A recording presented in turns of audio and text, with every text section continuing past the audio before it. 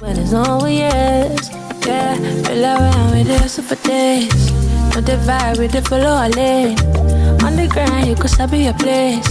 This place, woman, they turn to me. Damn, all of the times where they play me star nice guy. Damn, all of the times where I've been they show you love like. What in the Imaonika am I hearing right now? If you let that up alone, it's gonna come back to hurt ya. If you let that man come close, one time, we want that, damn, all of the times where they play me star nice. That was Qing Madi. Very, very interesting album. She is so talented. This is a prodigy that we have in front of us, essentially. So I love that she has gotten all the recognition so far. I mean, people have recognized the talent level. And of course, she came into this album with a very, very ambitious agenda in order to establish herself as the blueprint, okay, as the bar, as the standard. Almost so much to the point that everybody kind of, even some people want TL because obviously it's the TL. They're almost questioning, oh, are you trying to say you are better than the people that have come before you? How can you call yourself the blueprint? Blah, blah, blah, blah, blah. And again, I tried in the beginning of this review, of this reaction, not to quote unquote humble her, because Nigerians, we love to humble people that gotta go, you know, and when anybody's stepping up to be confident, it always translates confidence to the point of arrogance 9 out of 10 times as Nigerians. I'm just saying this as having my people, basically. We know our approach is usually humble yourself, Joe, who gas this one up. We see it time and time again, especially in music. We try to humble artists, especially when it's someone that is 19-year-old, that's a 19-year-old. We would immediately try to humble like without any question. I think overall, man, it's still a bold, assertive moment that is supposed to grab your attention, which to some extent it did, to some extent. And I can't fault her for that. It's still a bold, ambitious statement to make. And of course, coming into this album without features, another bold move that she's making in this album. So it's a lot of expectations, a lot of like high bars that you can walk into it. I'll go to Bucket List, the intro. Strong statement there. A very assertive claim. Aspirational, of course. She's gone shooting for the stars with her goals, like wanting to win a Grammy. Of course, the Grammys are around the corner this weekend. So it's almost timely as she's professing how much she wants to win a Grammy. She also says she wants to buy her mom a mansion. This is obviously a young child she's shooting for the stars, man. She's very ambitious. She's let us know in the bucket list, this is my bucket, this is what I want out of my life. And please, by all means, shoot for the freaking stars, for the galaxy. Shoot as high as you can when it comes to music, especially on a Grammy conversation. It's never been a better time for a Nigerian act to win a Grammy, okay? This is the most likely she can ever. This is the era to be that confident, to proclaim that you won a Grammy. Gone are the days of Skills or Nice, where it was very, very ambitious then to say it. But today, it's not that crazy, okay? It's very, very attainable. Like, it's very, very possible for her. So shout out to her for shooting for that. And I think it was a very, very strong Brenna-esque type of vocal delivery that she layered on that track. I absolutely love it. That was one of the edgy moments I would say she catered towards me that really got me leaning into the project. So it was a very, very strong opener, and I really appreciated that one. Ali Bumaye was a very, very quintessential Qing Madi, but I loved it. I loved the production.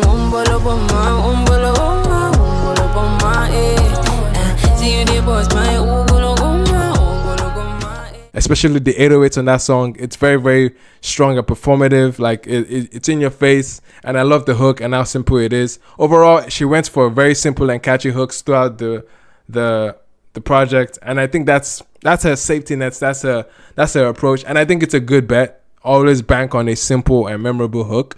In some cases, she lost me on the simplicity of it. Like I mentioned, Pressure, Give Me Love, Give Me Your Love, and Garden.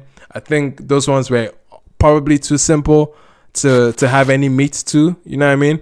But Ali Bumaye was not that case. I think it was a very, very strong and eventful moment. Akachawa was, you know what I mean, your lovey-dovey like type of moment. And again, yes, another safe moment that was not too bad. Feeling Alright was insane because I absolutely saw her tackle something a little more high life-esque a lot of ways. You can liken the production choice on that one to something you would hear on Show Them Camp's Palm Wine series. Anything to be feeling alright.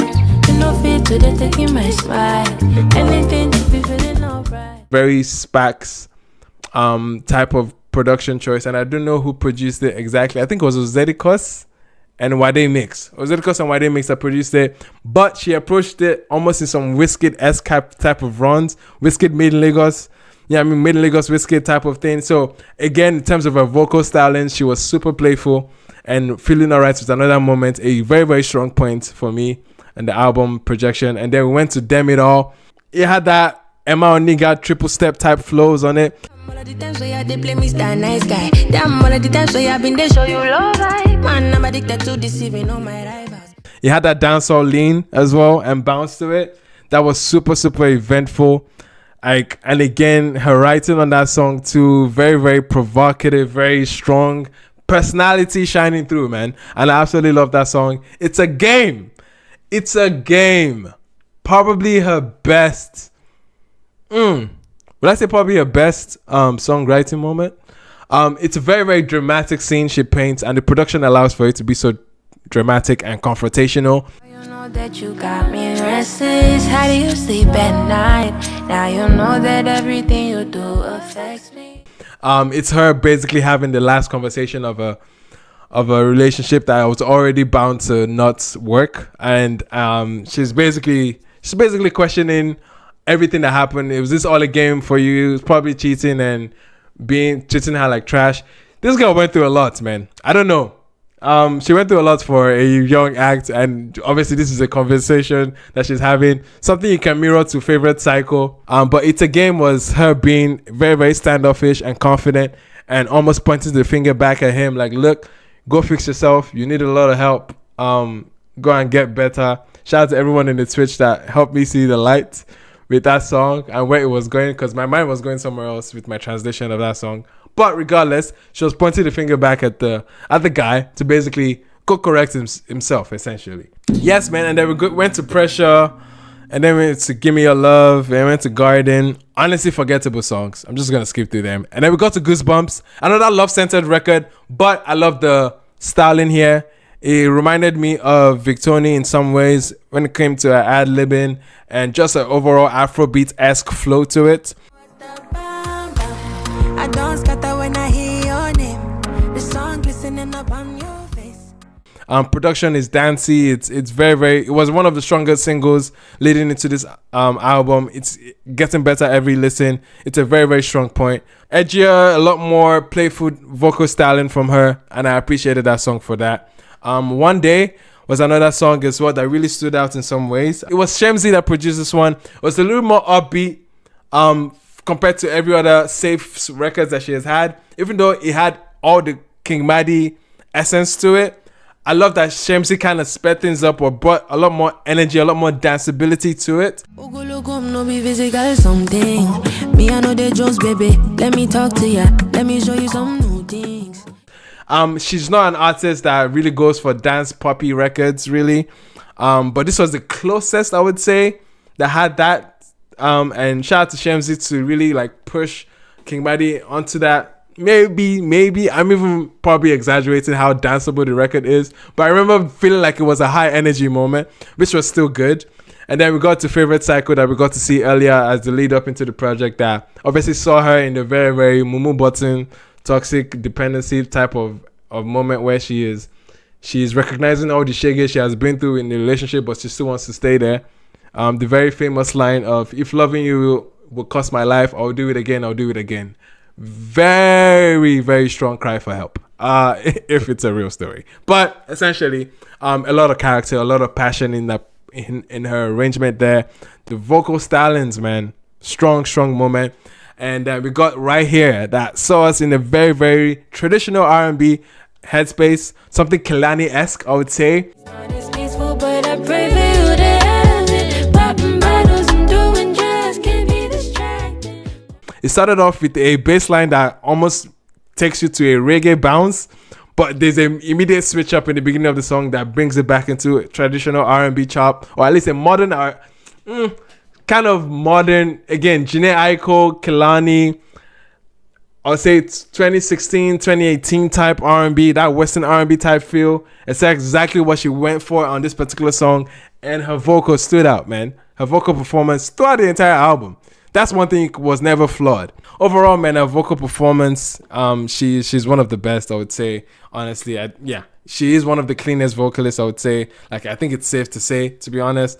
Squeaky, clean as a whistle throughout the entire time. Nothing iffy on or nothing strenuous on her voice. Not just clean as a whistle.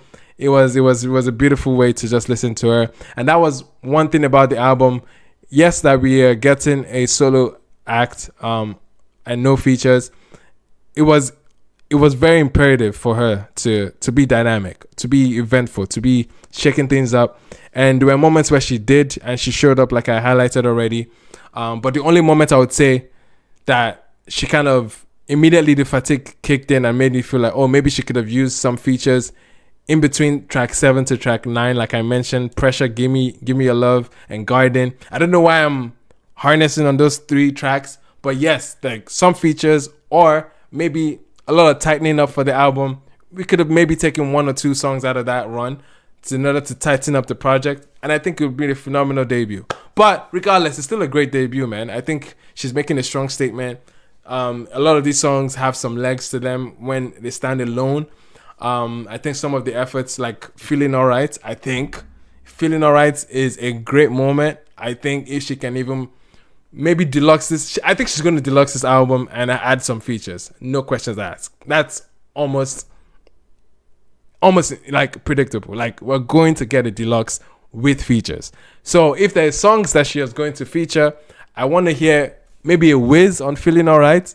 I think that would be great if Wiz is open for it. I want to hear Qing Madi and Wizkid. That's a feature, a collaboration I think would be good, you know. But also another feature I think would be great. I want to hear Black on It's a Game. Oh my gosh. The styling of her vocals right there mirror a lot of Black style, and I think he would be a great would be a great male response to her questioning, because a lot of questioning is in that song, and if you really want to get some male response to it, I think Black is your guy. He's a friend of Afrobeats. He's a friend of the Nigerian scene. He's very accessible, I believe. So, man, let's make that happen. Let's make that happen. I want to see Black on the deluxe. Regardless, this is a good statement for Nigerian R&B. She is one of the artists that is in that headspace, and she really kept it conservatively R&B. Like, even though the Afro elements were here, but it was still Afro R&B. Like, it was not your Afro pop. It was not your danceable. With the slight exception of One Day, I think she's making a big statement for Nigerian R&B and how to craft Nigerian R&B in a lot of ways that carry some Nigerian essence to it. And we saw it in a pidgin writing. We saw it in some Nigerian references on records like Goosebumps. I think Goosebumps is probably the most Nigerian song here, and I love some of it on It's a Game as well. Overall, man, it's a good debut. I'm not mad at where she's going with this one. And hopefully she works some of the songs on this album. Overall, man, Qing Madi, my first initial rating for this one, I think it's a good 7.5. Okay? I think it's a good 7.5. Okay, my favorite song would be between Damn It All, It's a Game, and Feel Alright, I think. I'm curious, what are your favorite moments in the album? Okay, let me know in the chat. And what would you rate it out of 10? I have it at 7.5 right now. But anyway, appreciate you guys for tuning in and listening to the album with me. That was Qing Madi. I am The Blueprint.